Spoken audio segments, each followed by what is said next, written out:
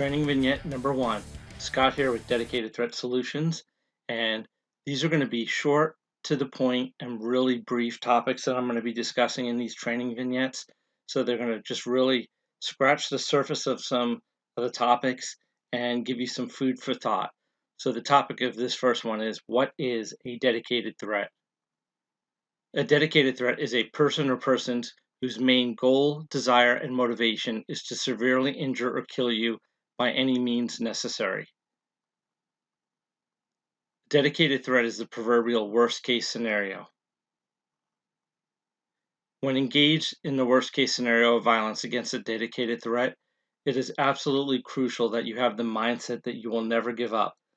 This is an individual that has only one objective, and that is to severely injure or kill you, so you have to do whatever is necessary to survive that violent encounter, regardless of the odds that are stacked against you. If you look at the image in this photograph, you can see this guy with a very long knife, and you can see the anger and rage on his face. That is a fight for your life right there, and you need to never give up and do what is required of you to survive that encounter. Surviving an attack against a dedicated threat depends on your ability to focus on the task at hand. You cannot be distracted by other things that are going on, either internally or in your environment. You have to outlast the attacker or attackers. You can't have the mindset that you are only fighting potentially one threat. There could be multiple threats.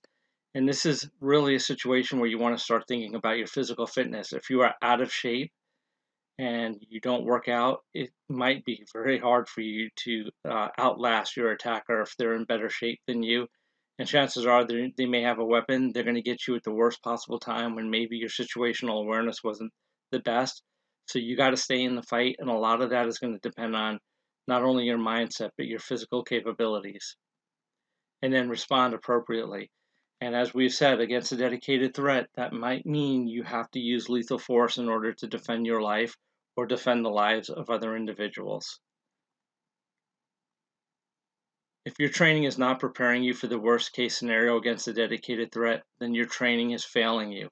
So if you are an individual that's training, whether you're a law enforcement officer, a soccer mom, whoever, if you're going to training, you really need to question whether your training is serving the purposes that you have set out for yourself, whatever your goals and objectives are.